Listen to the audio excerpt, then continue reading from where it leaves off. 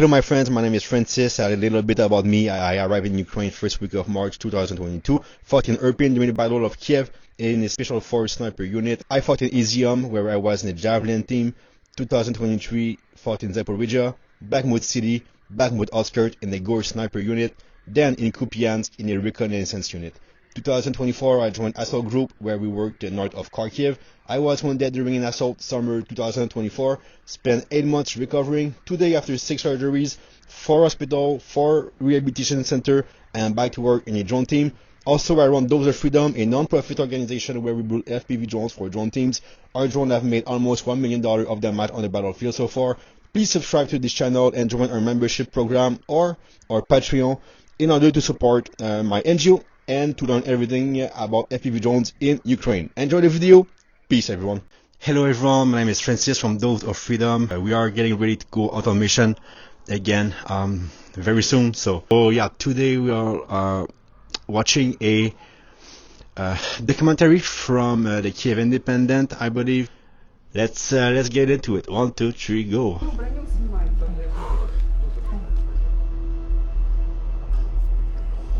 Что там, укольчик будет какой-то? Да.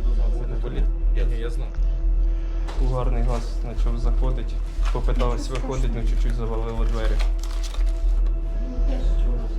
Один лишився, мій пацан. А тут що не питаєш, то кажуть, не можемо вивезти, не можемо витягнути. В більшості випадків через те, що еваки дронами обстрілюються.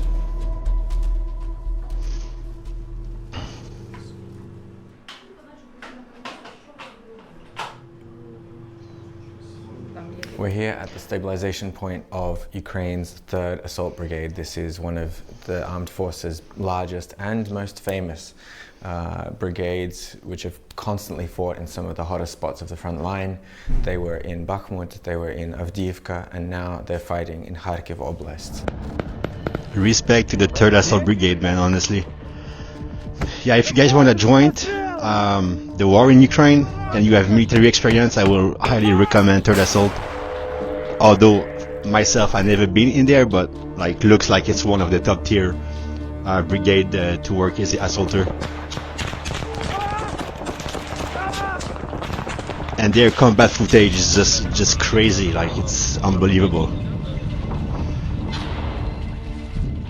Spring weather here in Ukraine is well and truly here, and with it Russia's spring offensive. Some people say that it's going to try and take that territory or this territory, but in reality we can see increased pressure all across the front line, including here in Kharkiv Oblast, and that means more work for these medics.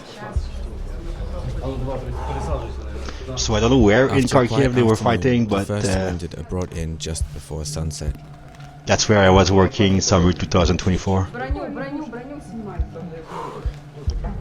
3 members of one of the brigade's drone teams have been evacuated, 2 of which are carrying nasty burns after All their his pants dugout was are burned, spotted and bro. set on Look at fire that. by a Russian drone-dropped incendiary munition. Fuck. Дайте води, будь ласка. Води.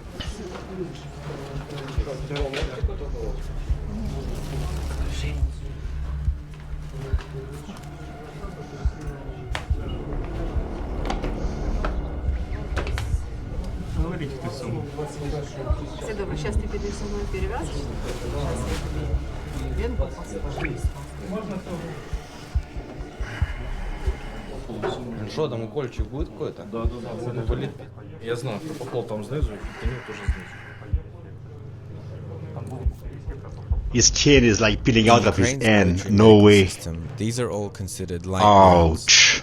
Still though, dressing these bad burns is painful enough to justify putting them under, if briefly. For sure. You want to be. They don't want to be awake for that. Півішка в сітку застряла, потім такий як скид був з мавіка зажигалки.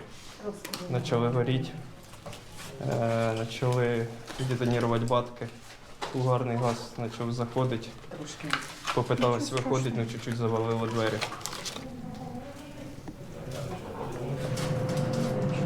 Що одним глазом в каву можна заглянути? Але ну ладно. Ні, я одним оком. Не хочу давати руку. Man, that's horrible. like they were in a bunker and one FPV drone hit, but it was caught in the nets. And then the Russian drops incendiary munition on top of their bunker. Everything started burning, and like on drone, like drone position, you have explosives, you have batteries, like you have all kind of bad stuff if a fire happens, and then everything started burning. They got caught. The front door was blocked. They could, man, it's a nightmare, man. Honestly, like, I just cannot believe that. It's crazy.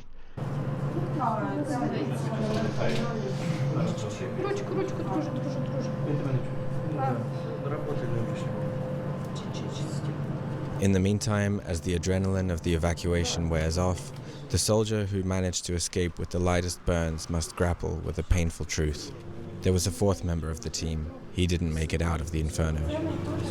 Побратим, кого я пробував вивезти, він впав прямо перед самим виходом. Я його вже не зміг витягнути. Тримай в руках, ще верхній угол гляне, там Далі ми всі по посадці розтягнулися, я просто потім вже зрозумів, що я і ще двоє в посадці, я один лишився. Тому що він втратив свідомість, я його не зміг потім витягнути. Потім я пробував ще зайти, витягнути, але я не зміг підійти, тому що горіло ще. Один лишився, мій пацан. So they were four, and the last guy could not make it. Man, he burned alive on position. It's the worst nightmare that could happen. I feel so sad, man. That's even for the guys like who survived this. Man, it sucks. They are gonna have to live with that for the rest of their life, feeling bad. This guy is gonna feel bad because he was not able to pull out his friend. Man, but at least, like, he was saying that the guy was unconscious because, like, of the smoke and everything. So, like, at least when he burned, like, I hope he did not feel anything. He was passed out already. But, bro, that's fucking crazy, man. Like, please, guys, like, if you are in a drone team or even infantry, like, any blender or stuff like that, like, man, bring a fire extinguisher, especially if your drone team, you have batteries, explosive, like, just as much as extinguisher possible you can bring. Like, every rotation, just bring more extinguisher, because, man, that's fucking crazy, bro. Holy moly. Вже майже 2 місяці. Yeah, this guy is cooked. He's gonna think about that for all the rest of his life.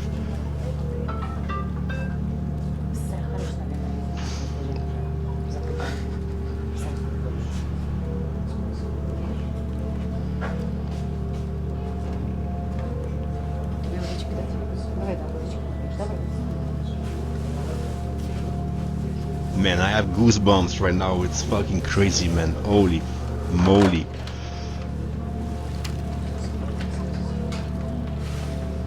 And these things like happen all the time on their front line, so Там один стався.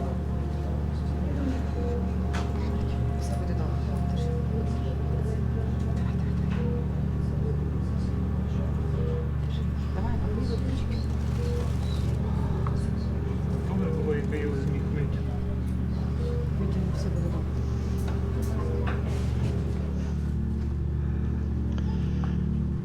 so it's always like a hard decision. If you go back to try to help him and pulling out, like, the chance that you pass out because of the smoke, like, is super high. So you're gonna die too. So, man, now he feels bad, but, like, the chance, if he would have gone back, try to pull him out, chance to not succeed are so high, and, like, it would have been 200 him as well.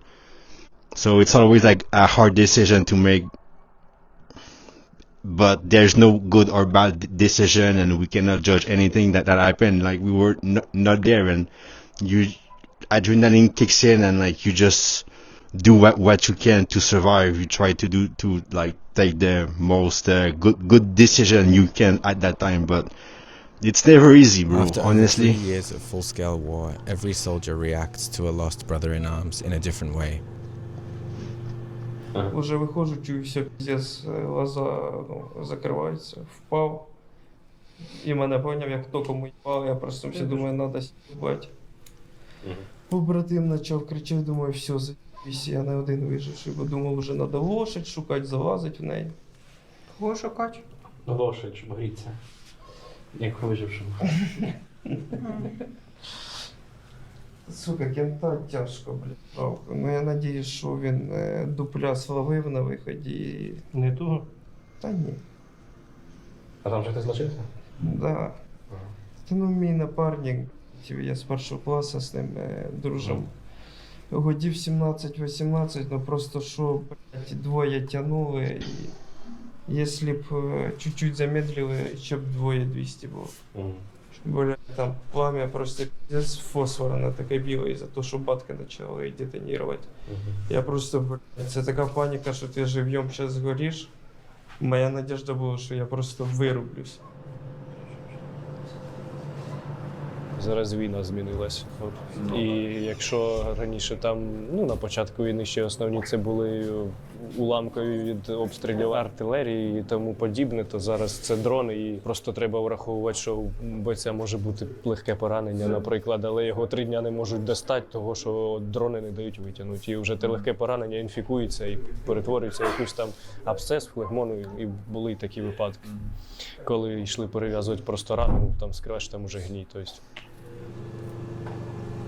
Since forming in 2022, the 3rd Assault Brigade has built one of the most professional medical services in the Ukrainian armed forces. One of the brigade's biggest sources of pride, the medics here told us, was the ability to bring cutting-edge equipment and a broad range of specialists to stabilization points like this, close to the front line.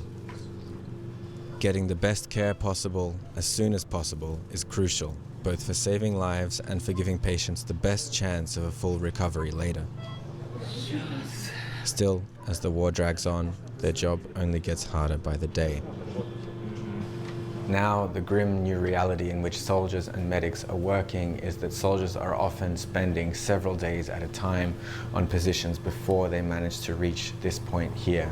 Sometimes they can get from one position to the other, they wait for good weather, bad weather, fog and rain where they can move, but often that means that light wounds turn into heavy wounds. There's a much higher rate of infection, and of course, if they do have to put tourniquets on to stop critical bleeding after a serious injury, if they have to wait much more than a few hours with that tourniquet on, the chance is much higher that that limb will have to be amputated. До Нового року ще якось воно більш-менш всіх привозили вчасно. От. А тут що не питаєш, то кажуть, не можемо вивезти, не можемо витягнути. І в більшості випадків через те, що еваки дронами обстрілюються.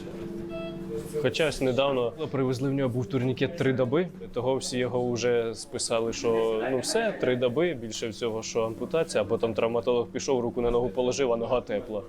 Давай рятувати. Зробили фасціотомію, всі м'язи живі. Цьому бійцю пощастило. От. Пару днів назад був, вже, по суті, з гангреною приїхав. А то таке.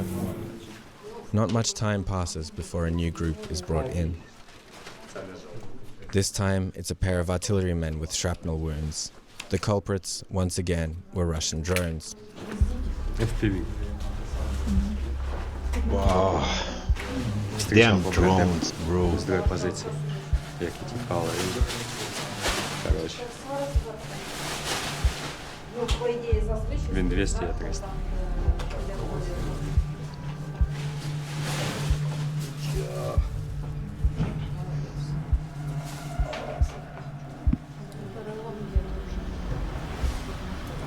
Клас. Дуже рідко зараз є. От тоді якось, мені здається, частіше були вогнепальні. Вони були в меншості, але і все ж таки були їх частіше, прям вогнепальні кульові. Зараз дуже рідко, що коли можна зустріти кульові, найчастіше зараз скиди.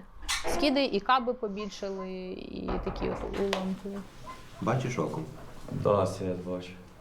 Контур не различаешь, не видишь, сколько нас тут. Я бачу просто квадрат висятись.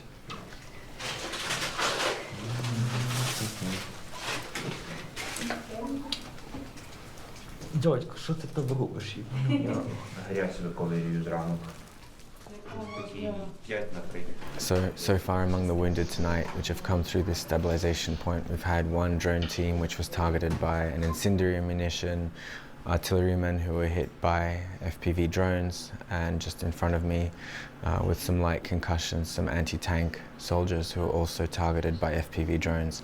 Now, these soldiers all have in common that they work a little bit further back, a few kilometers from, at least, from the zero line, which means that this evacuation, which is so difficult for the infantry from the zero line, is a little bit easier for them, and they've been able to come through into the stabilization point just a few hours after being wounded, unlike infantry. But there is another side to that coin, and that is with this new constant development of drone warfare, the battlefield is getting deadlier for everyone. Before, if you were working on drones or artillery, you were further back, and your work was much safer. But now, with enemy drones flying further and further into the Ukrainian rear, and the same vice versa, now the work of artillerymen, of drone soldiers is just getting deadlier and deadlier.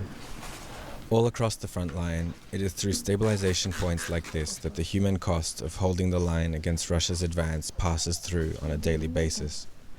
While the rest of the world is fixated on visions of a quick peace, the medics and soldiers here understand full well that they could be here for the long haul. Немає ні однієї людини, яка б на цій була війні і до неї причасна 3 роки, 2 або навіть 1, яку б це не заділо і якось на неї не вплинуло, давайте так скажемо. Тому, звичайно, доводиться шукати методи підтримання свого ресурсу якось. Є відчуття, що ще можна продовжувати, скільки? Ще треба. Тут не так стоїть питання.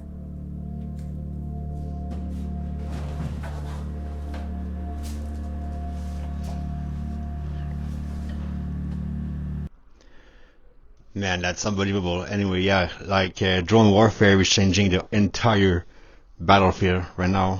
For those who don't know, I run the FPV drones NGO, where we fundraise and gives FPV drones to units that need them. So make sure you go follow my NGO page, Doves of Freedom. Otherwise, myself, I work in the drone team. We do reconnaissance and drops. So yeah, if you want to support, all the links will be down below. You can become a member of the channel. Yeah, I have a Patreon. So yeah, I'm going on mission soon, so I'm not sure when the next video will be, guys, but please stay safe, and I will see you on the other one, in the other video, if there's one, but I hope. Should be fine. Alright, peace.